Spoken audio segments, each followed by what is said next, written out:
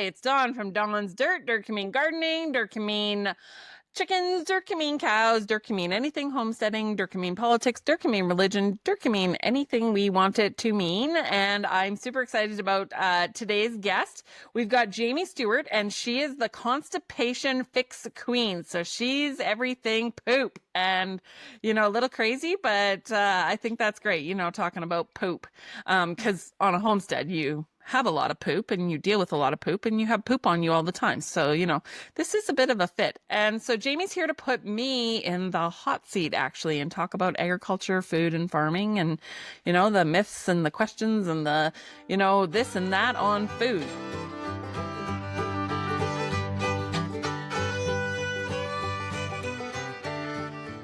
So welcome to the show, Jamie. Thanks for having me. I'm so excited. Yeah, thanks for being here. This is really exciting. So I met you through Kaylor Bett's program. You're in the same business academy as I am, and you're doing poop. And when I said, does anyone want to come on my podcast and put me in the hot seat, you volunteered, and I'm feeling pretty good about this. So Awesome. yeah. So I guess you're kind of the host. Where are we at? What are we going to do to start here, Jamie?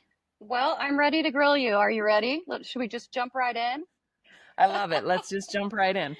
So, just a little bit of background about me. I overcame a lot of health struggles and I ended up healing myself by educating myself about where my food comes from. So, I love going to farms. I love talking to farmers. My big goal is to have a farm someday. So, I'm super psyched to learn from you. But I want to start out hot. Tell me what you think about pesticides. Let's go. Do you use them? Do you find them necessary? Do you think, they're safe? Like, what are your thoughts? Tell me. Okay, what a great question. I mean, let's go in hot right off the bat. And so, I have lots of opinions on it, and I'm actually not just a black and white organic woman. It depends on the farm, it depends on the goals, it depends on what the farmer needs, it depends on the size, it depends on the customer, it depends on where the food is going to. And so I don't have a black and white answer for you. I'm sorry. So when I had my farm, as you know, I'm not sure if you knew, but I had a 36,000 square foot greenhouse, vegetable production. So cucumbers, tomatoes, and peppers, and lettuce and greens in the greenhouse. And then I did 20 acres of field vegetables as well. So I grew thousands and thousands and thousands and thousands of pounds of vegetables for consumers, for my customers, and I sold them at farmers markets. And people would always come up to my booth and they would say, "Are you organic?" And I would say, "No, but I grow without pesticide unless certified organic product is used." And so herbicide kills vegetables anyway, so that's just not an option in vegetable farming, unless some vegetable farmers will use a pre-emergent herbicide. So what will happen is on a carrot crop, let's say, you have your carrots, you plant them, and carrots germinate in about 14 days. Carrots germinate in 14 days. Now, on about day 10, they might take herbicide and they might hit that field with herbicide before those carrots are up out of the soil. So, because if those carrots were up out of the soil, it will kill the carrots. But if the carrots are under the soil, it won't kill the carrots because it's a contact herbicide. So that would be the only time you would ever use a herbicide in a vegetable crop. Because if not, like I had a whole crop of tomatoes in my almost 1 acre greenhouse die one year because some herbicide went through the ditches, into my dugout, into my water system, into my tomatoes, and boom, I lost my crop. So herbicide is not an option in vegetable production. Herbicide is an option in more of your cereal and grain crops. So your canola, wheat, barley, it depends on where the stages that they're at and what the farmer's using it for. Corn, there's herbicide like Roundup Ready corn, but that corn is not table corn that you and I would eat. That corn is cattle corn, or like corn Feed. for the feed. Yes. So that's herbicide. Now, fungicide and insecticide. So fungicide takes care of your diseases. So again, on my farm, when I had my farm, I only used organic fungicides. So if I ever sprayed, it was an organic fungicide, or an organic pesticide. Because just because someone's organic doesn't mean that they don't spray. It just means that they're using something on the certified organic list. So I had cabbages, and I, instead of netting them, because for the, the white cabbage butterfly. No, I'm not a Okay, farmer, but please tell me. that's okay. Not a farmer So if yet. you, no, you're not a farmer yet, but yeah, I'm sure you will be one day. I'm looking forward to that. So if you have a crop of cabbages or brassicas, so that's your um, broccoli, cauliflower, cabbage, Brussels sprouts. Those are called the brassicas, in the brassica family. And if you're growing those brassica crops, you're going to get those. I mean, they're cute to look at if you don't know what you're looking at, but I hate them. Those cute little white butterflies. Have you ever seen one of those cute little white butterflies? I think so. Yes. Yes. Well, they create these horrific little creatures. They start off as horrific little worms. And so if you don't take preventative measures of some type in a brassica crop, you're going to have those worms in your food. And so I always tell people, my clients, I always say, well, you've got four options. I think it's four options with those brassicas and with those worms. So the first option is, the WEF, they want us to eat bugs. And so you can eat the worms in your cabbages, And so it's kind of a naughty joke, but that's where the world wants us to go. And I'm not interested in eating bugs. So no, thank you. The second option is you can take a net and you can fully net them in so that you get no butterflies in there. The third option is to spray with a biological spray, which was what I chose when I had my farm. So it was a bacteria. So the worm would eat the bacteria and the worm would die. And then I had to spray every time it rained. And so because it would wash off, because it's natural, right? It's a bacteria, it's natural, it would wash off. Or your other option is a full pesticide. And so it depends on the farmer and their needs as to what they'll use and what they need. I think when it comes to herbicide, fungicide, and insecticide, I think instead of doing a one size fits all approach, we need to kind of look at it. Like, farmers don't want to spray their crop. I haven't met a farmer yet that wants to spend the money out of their pocket to pay a crop. But sometimes they have to, because if they didn't, their crops wouldn't pencil out. Like the tic-tac-tician business side of their farm wouldn't pencil out, and they wouldn't even have a farm. And so in an ideal world, would we have organic methods? Absolutely. Should we lean towards that and try and ease into that? Absolutely. Does the local food system lend a way where we can do more organics or more without pesticide and less certified organic product is used? Yes. But on those big farms and those big fields, it's sometimes not always doable. And I don't blame the farmer for that. I blame the system for that. Sorry, that was a Okay. very long-winded answer to a simple question. No, I love it. I've learned so much from you already, and I'm wondering, so if you are spraying occasionally, how does that affect the soil? Does it wash off? Does it have I've heard there's like a half-life of 197 days for glyphosate. Um, I don't know. I'm not the expert. You are, but I'm wondering, how do you keep your soil quality at the top of its game, if you will? Do you remember the toilet paper wars of 2020? Are you worried about being prepared in an emergency? Are you tired of being a slave to the corporations we purchase from? It's time to take control. Become ungovernable. Take your food system into your own hands. Hi, I'm Dawn, a coach dedicated to helping you live like grandma used to. Self-reliant, resourceful, and prepared. Whether it's raising chickens, growing a garden, canning your own food, or even milking a cow, I'll teach you how to thrive and survive in the space you have, big or small. We can even potentially make some money off your homestead. Visit Dawn's Dirt today to book your free jumpstart call. Together, as a team, we can get you self-reliant and ungovernable. We, the people, have the power to take back control. Remember, if you give a man a fish, he eats for a day. But if you teach a man to fish, he eats for a lifetime. Let's build a better future and a community, one skill set at a time. Great question. A perfect question. And actually, I'm not a, what's the word? I'm not a I can't remember what they're called. There are people that work for these big companies that are crop. Oh, they're agrologists. I'm not an agrologist.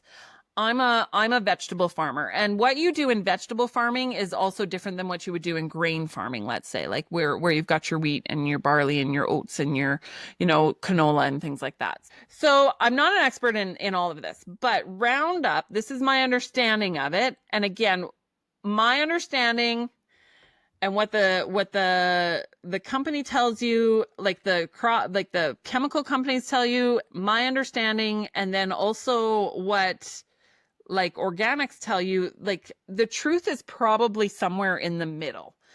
And so my understanding is when a herbicide is sprayed, it's a contact spray. So glyphosate. So if it hits the plant, it kills the plant. If it hits the dirt, it's out of the, like it's dead. It's done. That's my understanding of it. So like I said with the carrots, if you've sprayed your soil and then the carrots grow through that soil, the carrots aren't dying. So to me, honestly, it does seem like there's no glyphosate left in it. But what the reality is, I don't actually know. I'm not a chemist. I'm not a biologist. I know that that's how that chemical works. I just don't know what's best for your soil. But soil health in farming and agriculture is extremely important. If you don't have good soil, you don't have crops. And so I hear a lot of times that there is a huge organic and regenerative, and that's the way to go. And then you hear the big, like I rub shoulders on a daily basis with big farmers, big grain farmers, and they're like, oh, that organics, that's just a myth, and that's la la la. And I don't know. I just feel like sometimes the truth is probably somewhere in between, just like with many things in the world. And it probably depends based on needs, you know? Yeah. Yeah, interesting perspective. So, are there things you do for your soil to make sure that it stays healthy that you do know of that you use, or do you just kind of let nature do nature and let it take care Okay, of itself? for sure. So are we referring to my own backyard garden right now? Yes, I mean, Okay. I'm just curious. Yeah, how do you protect your soil? For sure. So when I had my farm, I put my weeds back into my soil. I composted them back in. That's called green manure. That builds into your soil. I crop rotated. So I didn't put my corn in the same place that I put I moved it all around all the time. My potatoes, I tried to move even every 7 years. They didn't go back in the same spot. And so crop rotation really helps. Putting your green manure, your weeds and, your compost back into your soil really helps. Planting cover crops in between your beds of vegetables or your rows of vegetables, like a ryegrass, or there's some clovers that will work as well, annual clovers that you can cut and then till back in your soil, and that'll give you more nutrients back in your soil. And then on my farm, I actually used fertilizer. So I had my hydroponic greenhouse, which I fed the plants their fertilizer, their nutrients in the water system. And then that wastewater, so in a hydroponic greenhouse, you've got a lot of wastewater, and that wastewater went into a big pond. And from that big pond, I put it onto my field crops, and they got a little extra nutrients that way. And so yeah, what the fertilizer does to the soil, I think if all you're doing is fertilizing, fertilizing, fertilizing, fertilizing, and you're not putting any nutrients in like the cover crops and the green manure back in, I think that that's not great for your soil. But if you're doing all of the above, I think it's okay. It's just my Yeah. opinion, but How long did you have your farm? Was it quite a while, or I oh was just yeah. curious. Oh, for sure. No, this is great. So I was a vegetable farmer since I was 5 years old. So my parents had a greenhouse by Airdrie. They did long English cucumbers in a little, I think it was they had 26,000 square foot greenhouse. So that's maybe half an acre, or just over half an acre.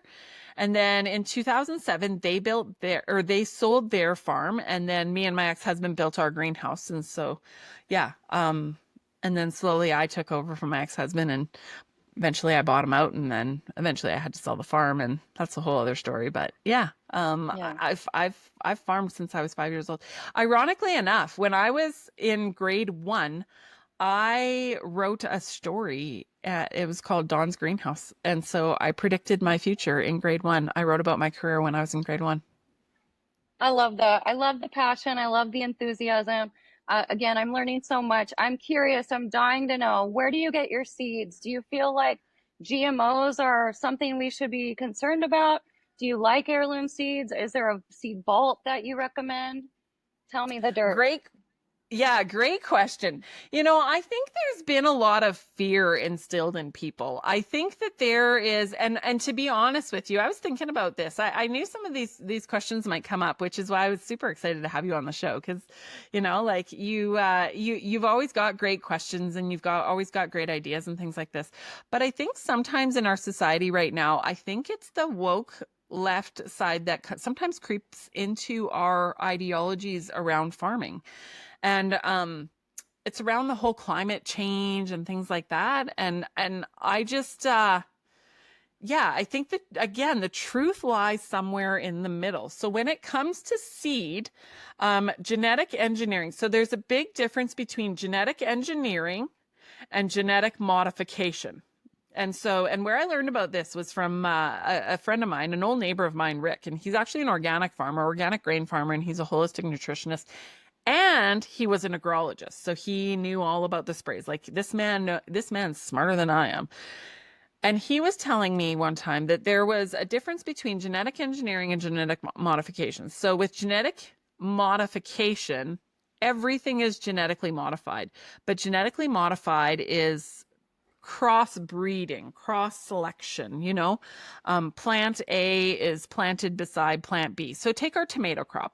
Okay, so you've got 3 different types of tomatoes in a greenhouse. They are cross-pollinating, and the next year you're going to get a different type of tomato because they've cross-pollinated and it's going to make a different one.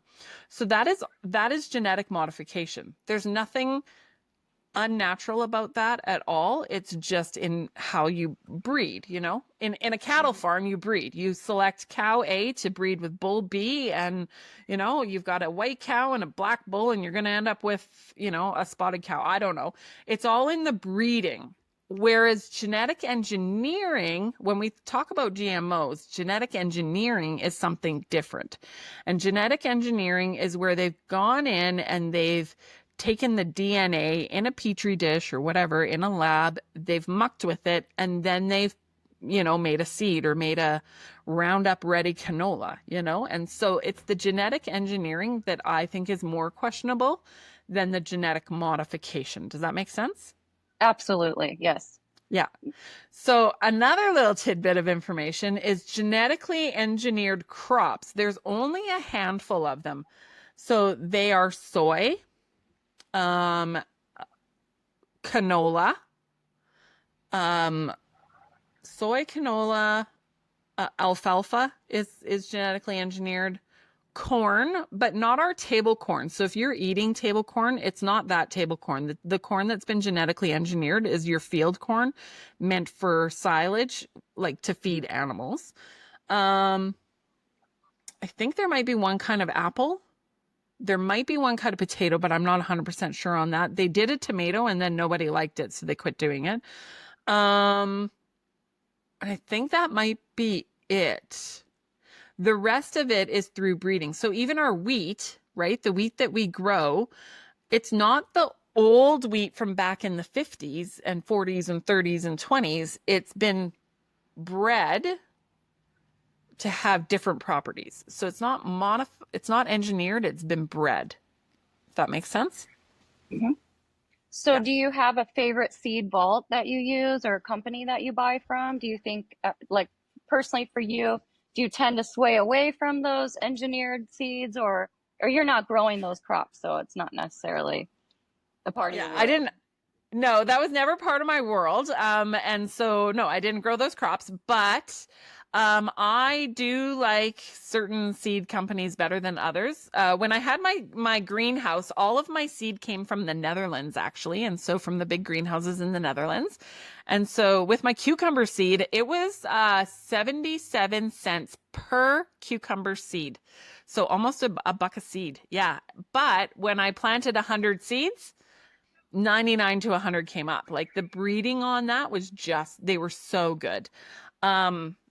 And then for my field crops, yeah, I just use like Vessies or William Dam or West Coast Seeds or some of those seed companies. Yeah, just local seeds. I didn't always necessarily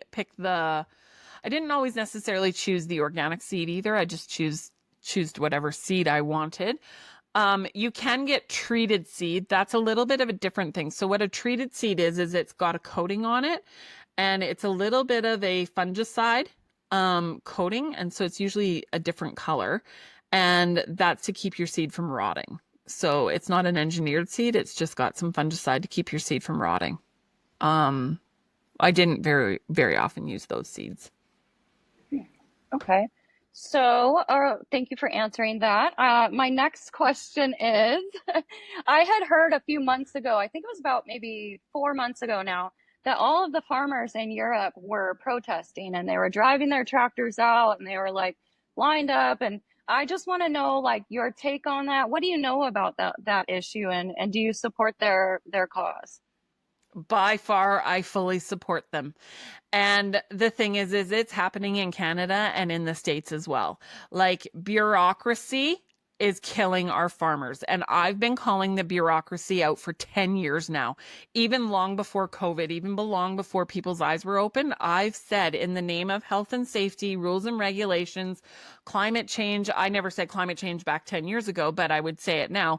In the name of whatever, our food system is going to be controlled. And I don't fault any farmer. Farmers are getting bigger. They're using the genetically engineered seed. They're using the glyphosate. They're using all these things because they have to get bigger, because it's harder and harder and harder to make a farm go. Your margins are paper razor slim.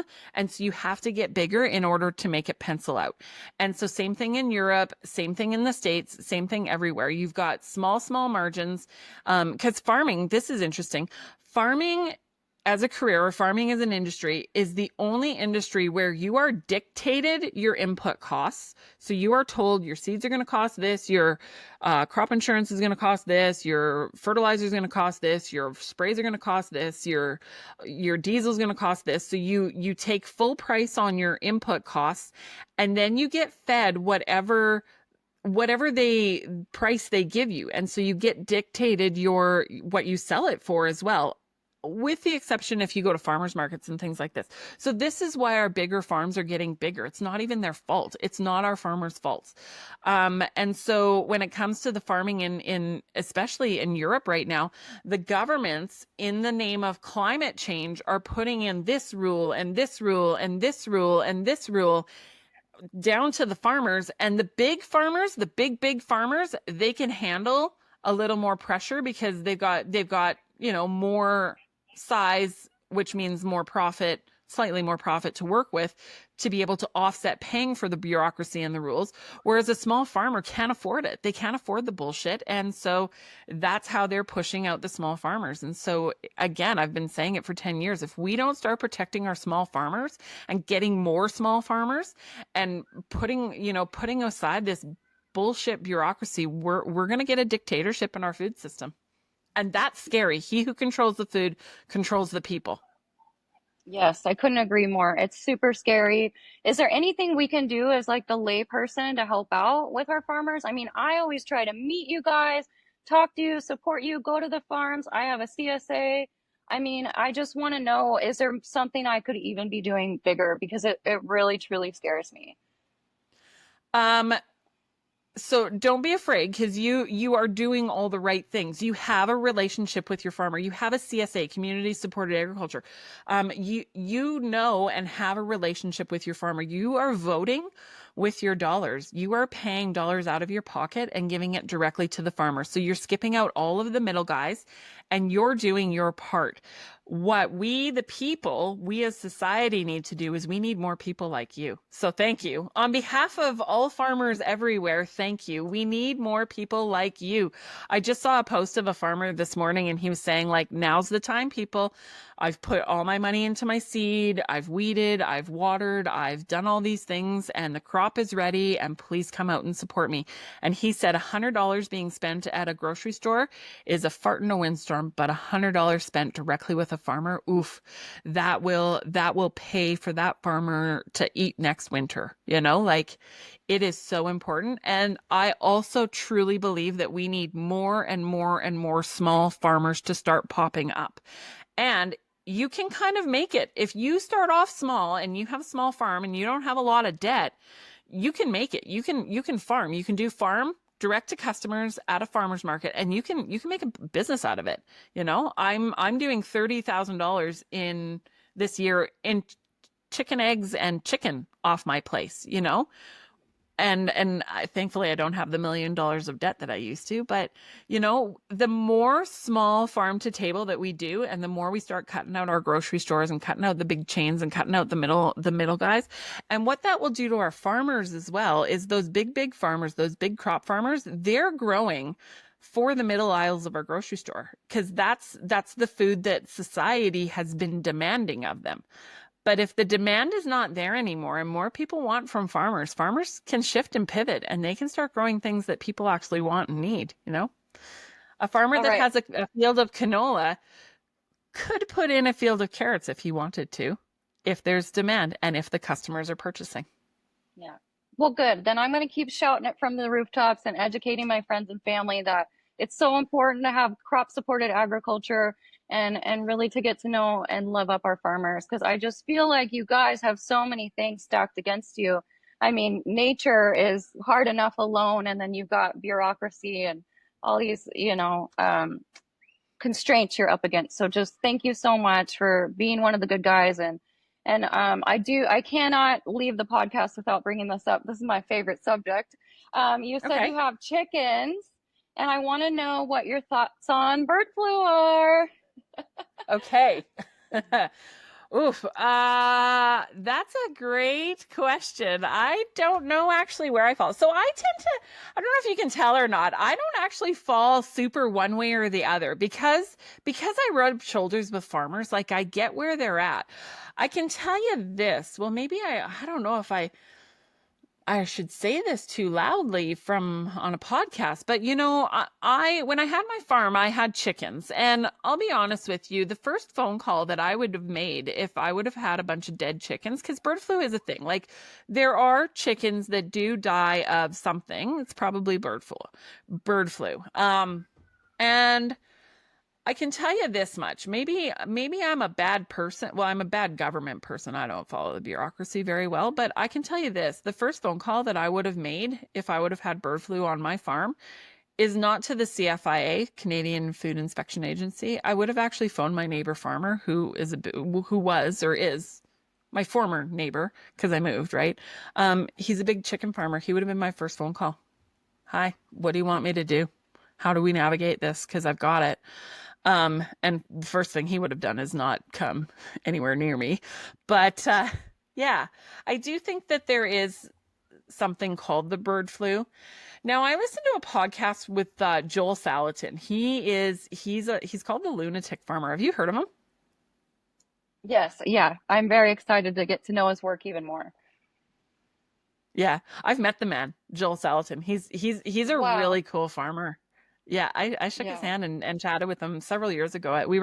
He was the main speaker at a conference, and I was like a little side speaker. And I chatted with him about my farm. It was really cool. And now he's like so famous. But anyways, I listened to a podcast with him about the bird flu, and he said we're approaching it wrong. And I agree with him. I think what they're doing is they're taking a barn that's been infected, with 1 or 2 birds, or 5 or 6 or 10 birds, and these birds are dying. Sorry. I do have a bit of a stomach ache, actually. I ate some chili, and maybe, I don't know, stirring up. Oh, I'm so anyways, sorry. you're the constipation girl. But anyways, so if you have a few birds that are infected, what they're doing, what CFIA or what how they're dealing with the bird flu is they're coming in and they are killing the entire flock. And what Joel says is that's incorrect. That's bad. That's not good. That's not going to help the situation. What he says is feed them really well, get them outside, move them around on pasture, and let nature kind of take its course.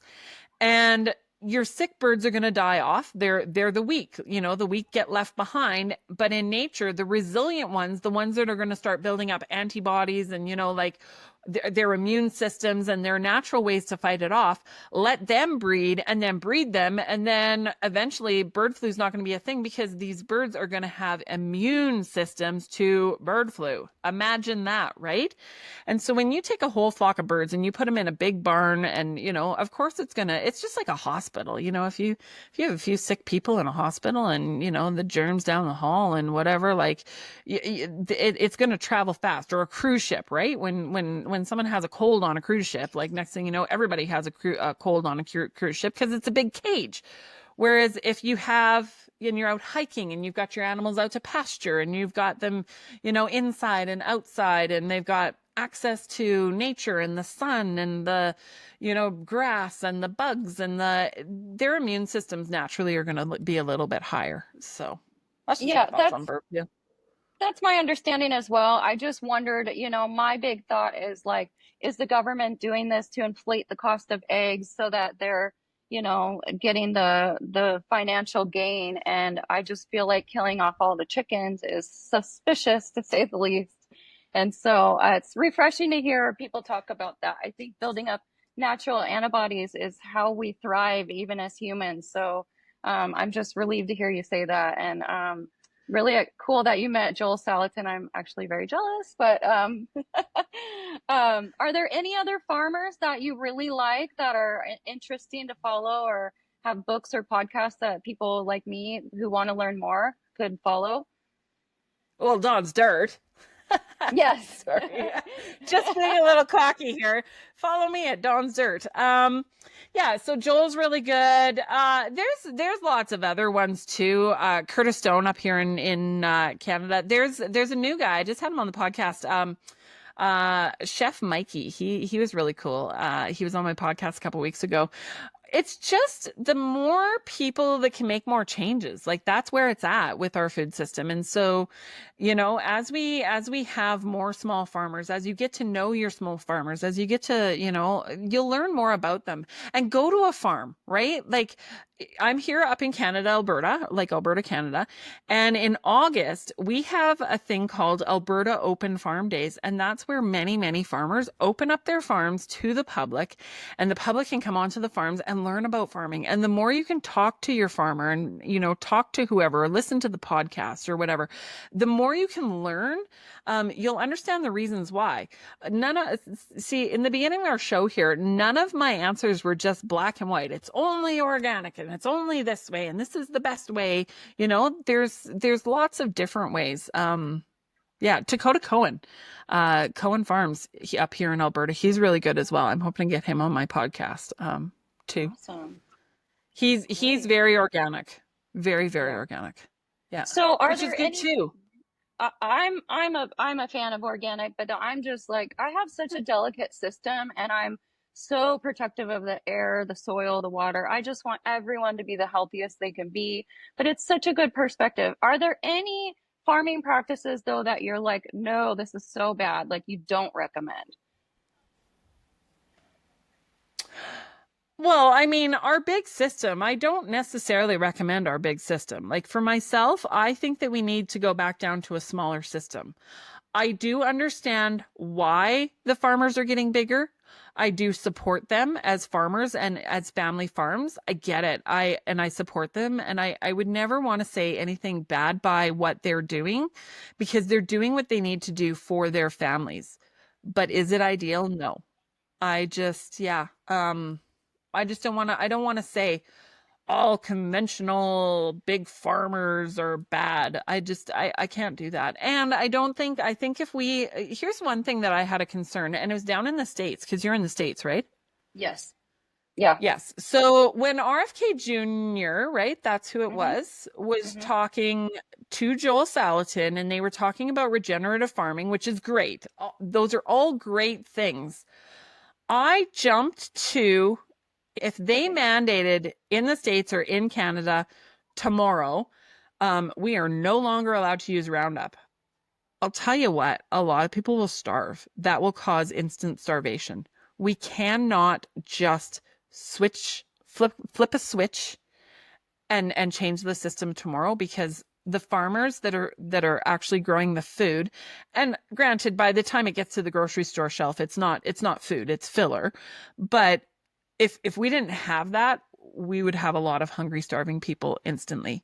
So this is going to be a long process to make the change.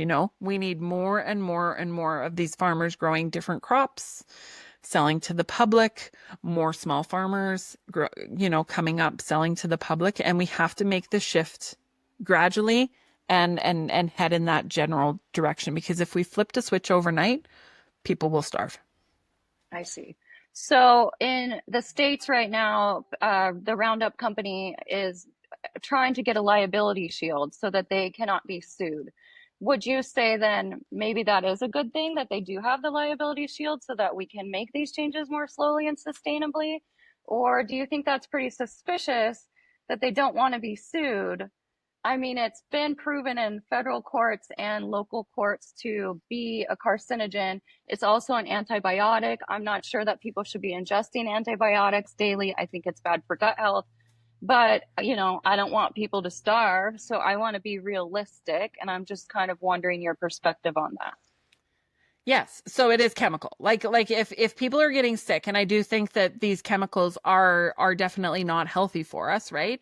But I also question, so no doubt in my mind, like if you're using Roundup on a crop, if you're desiccating, do you know what desiccating is? Yeah, like you're killing it all. Yes. Am I right? So if you have a wheat crop, and you're growing that wheat crop, if you spray it when it's young, that it's going to rain, it's going to whatever, that's a little different than if you're desiccating at the point of harvest. So what farmers sometimes will do is they will take their wheat, and then it's a little bit green, so they can't quite straight cut combine it yet. So they'll take Roundup, they'll kill it off with Roundup, and then they'll harvest it. Well, that Roundup's right on the food, right? And so that's not ideal. Like, that's kind of gross, actually. I know farmers that wouldn't even eat that wheat right out of their bins, like, you know. Um, but then I've also had other farmers, they're like, I would drink the Roundup. And I'm like, ooh, yeah, I wouldn't do that if I were you, but okay. Um, I dated one like that, actually. So, so In the I past little tense. squirrel, yeah, squirrel. Um, anyways, so I think, and it's going to lead me to one more thing after this. I think that I don't even actually know where I was going with this, but it's not ideal. No, I don't think these companies, they're not healthy for us. It's not good chemical. We shouldn't be ingesting it. I agree. I do understand why the farmer does it, but I agree that, and if they're having to, have liability waivers to take responsibility for that, like, yikes, what kind of like, it's just all based on profit.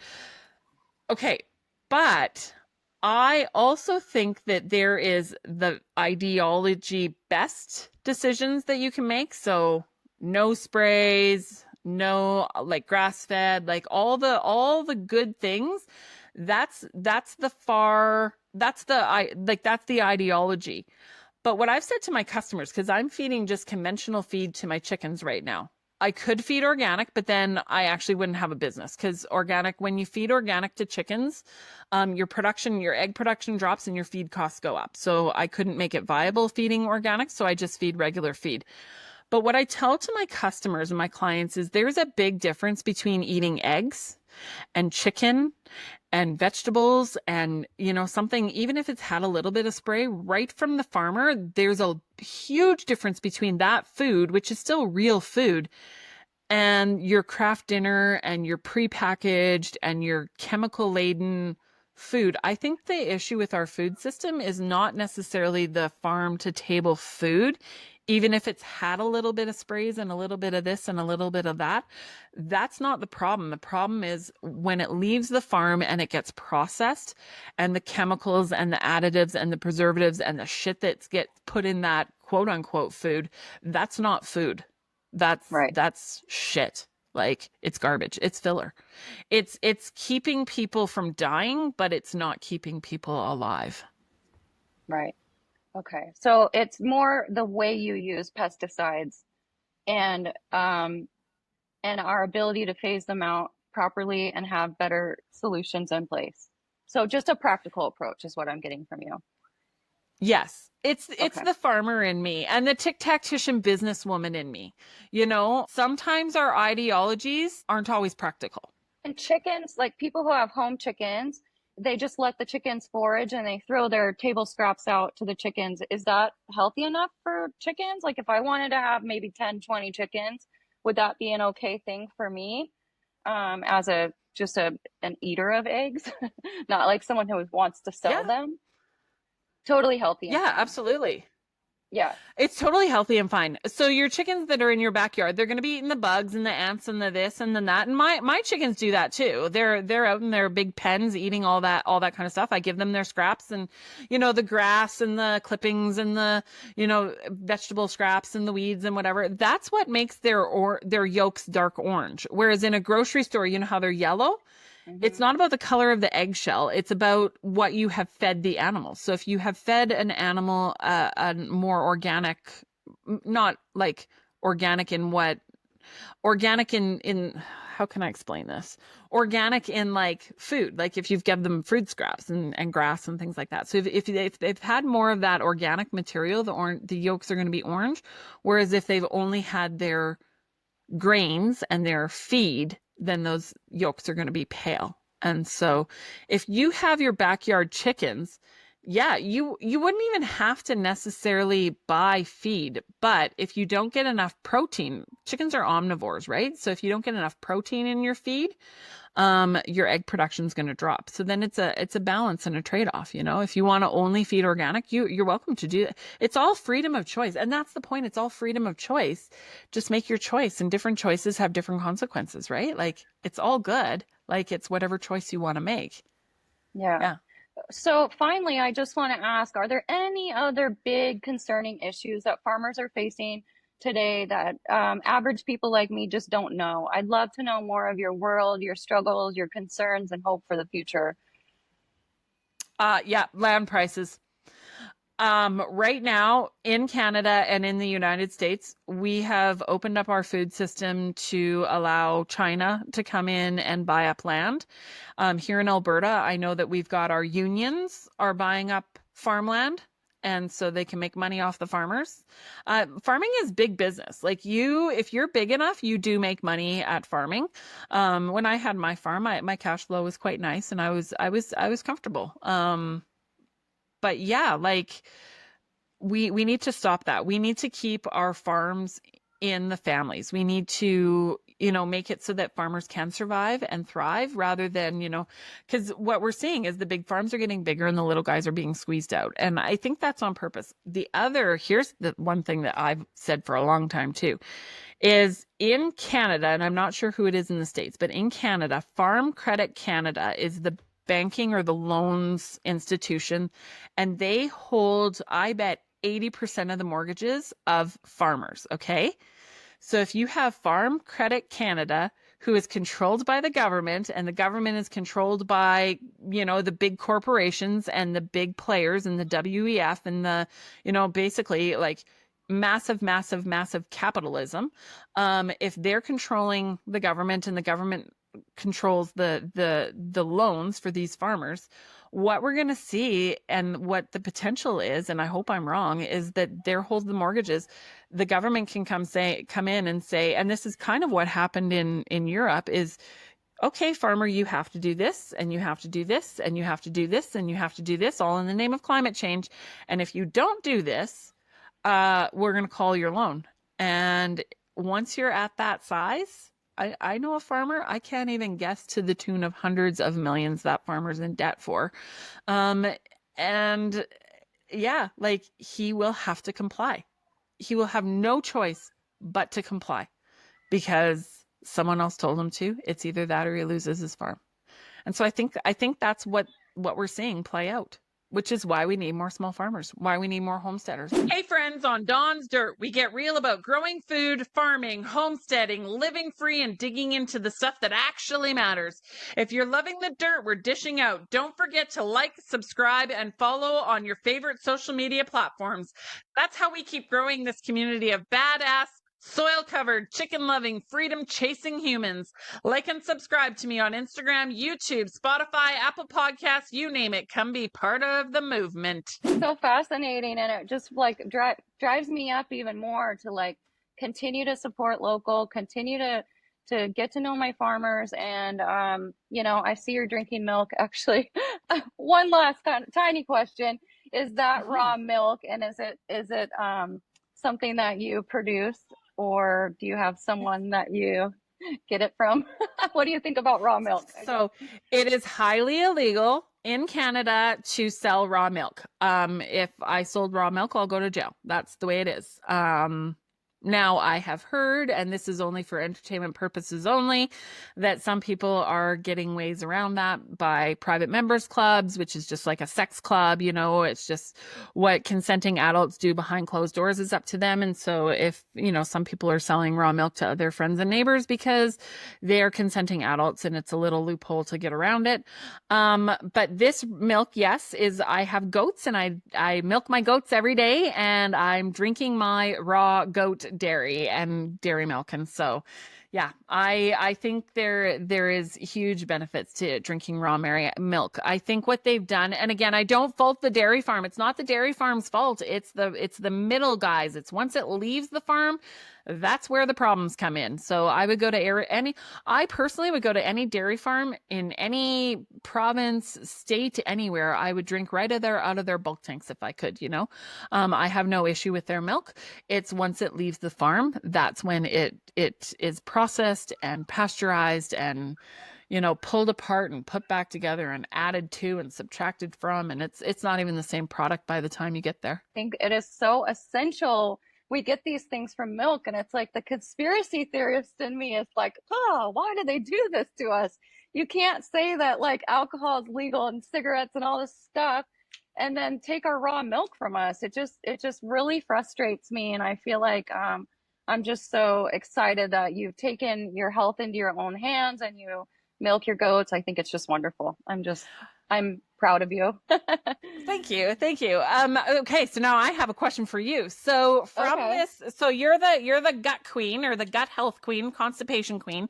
So you, from a gut health perspective, tell me from your perspective, what does raw milk, raw dairy do for you? Like tell me, what does it do for your guts and your immune system? So our bodies, we have what's called a microbiome. Soils have it too. It's basically a microbial balance that you have in your body, strains of bacteria, the good, the bad, the ugly, whatever.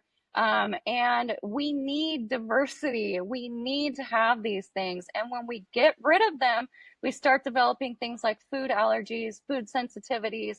All of a sudden, no one can seem to be able to eat wheat and dairy these days. And I'm thinking to myself, what's going on here? Well, pasteurization, it strips a lot of the nutrients, the probiotics, and the healthy things that really truly make us flourish. So I just want to draw attention to that. And I hope that we can work together to fight the system and overhaul this raw milk BS, because I'm not a fan of it. And for me, could I go to the store and eat like a commercial product? I probably can, because I have a very good microbiome and a good diversity. But do I think we would all benefit from having raw milk? Yes, like fully. I think it's just going to make your microbiome more diverse. And so that's just a big hope for me to see that change go forward in the world. Yeah. I agree. I agree 10,000%. So where are you? I'm in Hawaii. Yeah. I And used to so live in, go ahead. is raw dairy legal there? It's illegal. Yeah. So you have to find somebody to get it from. Yeah. Pretty crazy, huh? I was going to say I used to live in Oregon and I used to live in Maine, and I got to know every single farmer. I literally went to all of them, and I have so many favorites, but in Hawaii, I'm newer here. So I'm making progress. I'm building the relationships, and you can get it. But like you said, you got to, skirt the loopholes. So yeah, You know I that. firmly believe it'll help you skyrocket your gut health. So yeah. So this is my opinion, and it's not based on fact or anything like that, and it's just purely for entertainment purposes. But I actually don't want to see dairy legalized in some places. Really? Yes. And Why? Do there's, tell. yeah, for sure. Because anytime you legalize something, anytime you get government involvement in something, the bureaucracy just gets more and more and more. And so I just feel like if we, the people, just start with our private members, and what consenting adults do behind closed doors is up to us. And so, you know, I think as long as we're not harming, like harming people, like Yeah. if we make choices and know the ins and outs of what choice we're making, then we're consenting adults.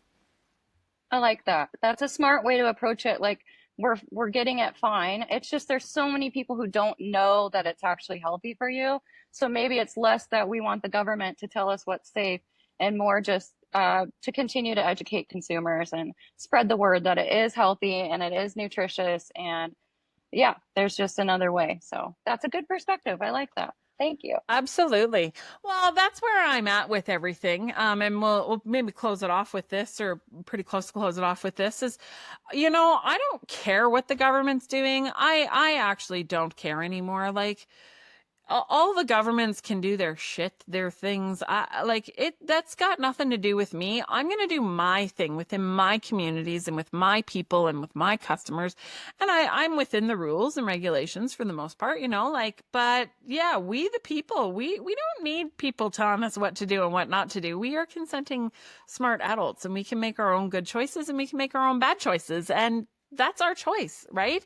It's not up to, I don't need anyone telling me what to do, If I want to go and eat a poisonous mushroom, that's my prerogative, Or not my prerogative. That, like, we've been Yeah.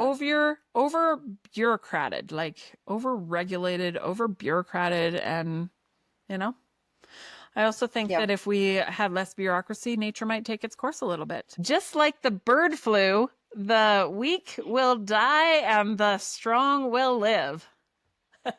Correct. Yes, I love that. I just hate to see it's hard to not get frustrated, when you see things like egg prices skyrocketing over something that could be mitigated in such a different way. I mean, I get so passionate because I just want everyone to thrive and everyone to be healthy. And I feel like our ancestors knew what to do. They knew what to eat, they knew how to farm, and we're just making it overly complicated and our health is suffering. So that's why I do what I do. I know for me and my body, I ate all that crap food on the market because we didn't know it was unhealthy. And then my microbiome suffered. And all of a sudden, I was allergic to everything, couldn't poop. Like it was hell. And I reclaimed my health by things like drinking raw milk and paying attention to my food sources and getting to know my farmer. And I just watched my health skyrocket. So now I'm here to help others, and you're doing your part. And I'm so happy to know you and learn from you. And when I get my farm someday, I'm coming to you for help. So I'll need you. Thank you. Thank you. Thank you so much. Wow, this has been a great episode. I mean, boom, we've got an hour under our belt, and we could have just kept talking and talking and talking. So thanks so For much for sure. being on the show today. Really appreciate your time. Really thankful that you came and put me in the hot seat. And yeah, yeah, I probably didn't answer all the questions the way you thought I would, did I? No, and I had no idea because I mean, I know you, but I don't know about your farming practices all the way. I'm still getting to know you, but it is a refreshing perspective. And you've really given me a lot of food for thought. So I Um, appreciate that. food for thought to help you poop. Yay! I love it. Gotta keep Okay, those well, pipes moving. exactly. As I have a bit of a tummy ache today. I don't know. Like I made chili yesterday and ate some leftovers today, and I don't know what's going on. So It's not who knows? sitting well. It could be stress. It could be, who knows? It's a holistic thing, health and healing. And yeah, I wish you the best. I hope you feel better.